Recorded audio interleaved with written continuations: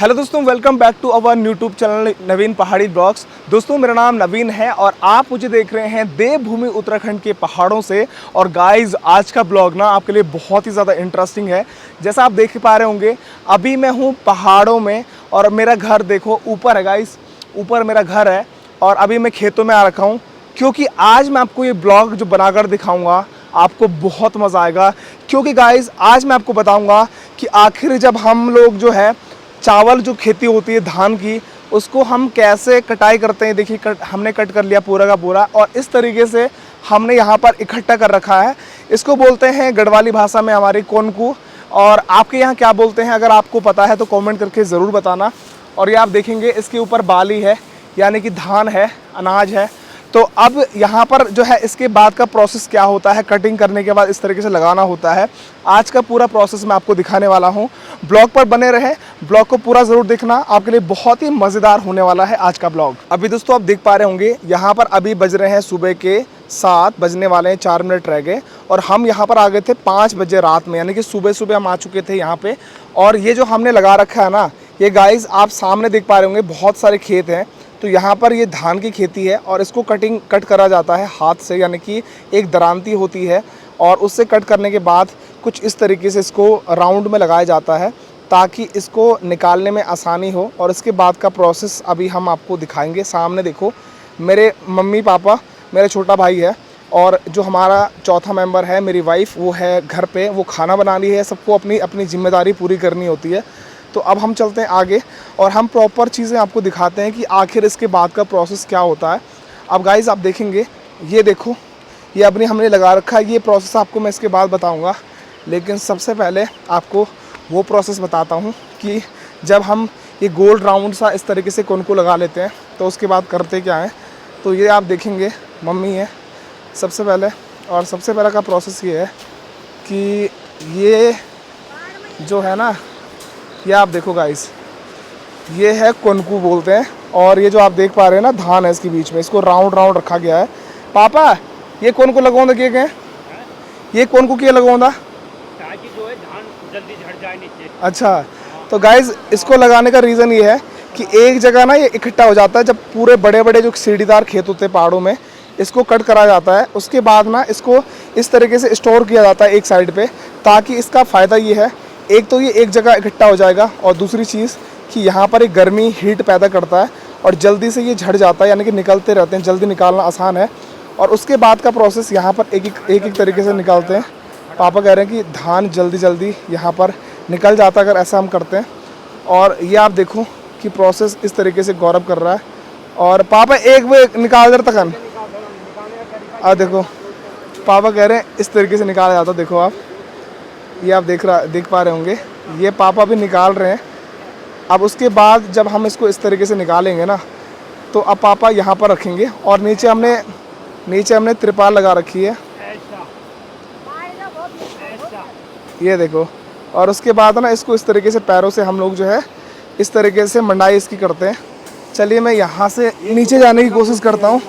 और ये है सीढ़ीदार खेत और ये आप देखो कि पापा है, उत्तराखंडियों का तरीका है। पापा कह रहे हैं उत्तराखंडियों का तरीका।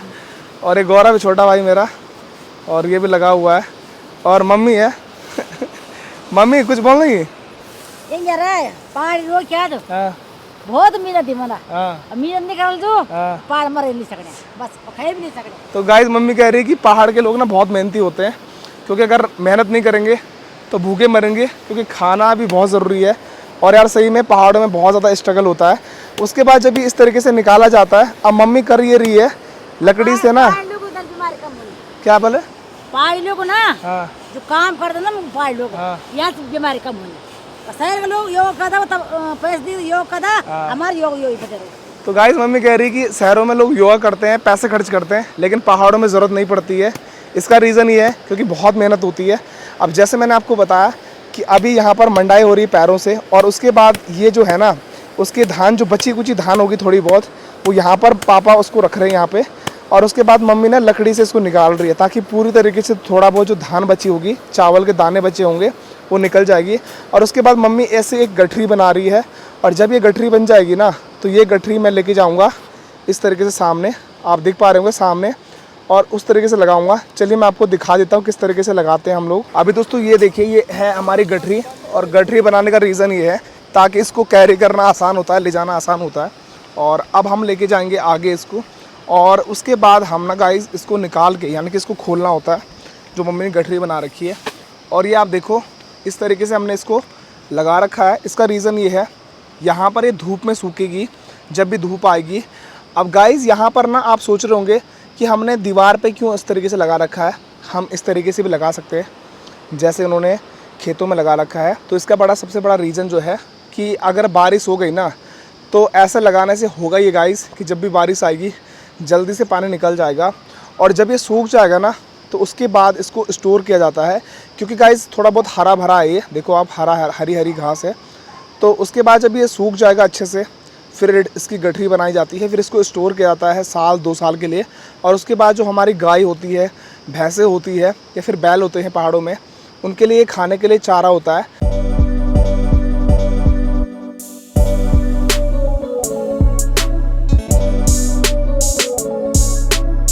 और इसके बाद का प्रोसेस क्या होता है वो मैं आपको अगली वीडियो में बताऊंगा।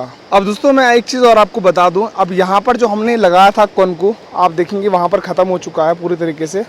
और ये अभी पापा जो है अनाज, जो हमारा धान है, उसके कट्टे भर रहे हैं, साइड कर रहे हैं। और गौरव एक बड़ा सा कट्टा घर ले जा चुका है।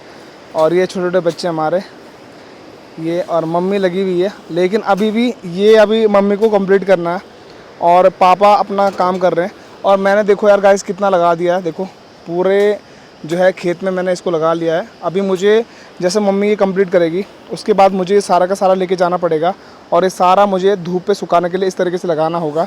और अभी यहाँ पर पापा जो है अनाज के कट्टे भर रहे हैं, और उसके बाद इनको लेके जाएंगे हम घर। तो दोस्तों जैसे मैंने आपको बताया कि इसके बाद का जो प्रोसेस है, जो हमारा चारा है, सुखाने के बाद गठरी बनाई जाती है, और उसके बाद उस चीज़ को क्या है, स्टोर किया जाता है। और स्टोर करने का ना बहुत ही कमाल का तरीका पहाड़ों में, स्टोर हम लोग पेड़ों में करते हैं। जी हाँ गाइस, जो बड़े बड़े पेड़ होते हैं जिस तरीके से आप नीचे देख पा रहे होंगे, और इन पेड़ पे हम इसको लगाएंगे, यानी कि इस चारा को स्टोर करेंगे पेड़ों पे। और कैसे स्टोर किया जाता है उसका वीडियो का लिंक आपको इस वीडियो का डिस्क्रिप्शन में मिल जाएगा, उस ब्लॉग को आप ज़रूर देखना बाद में।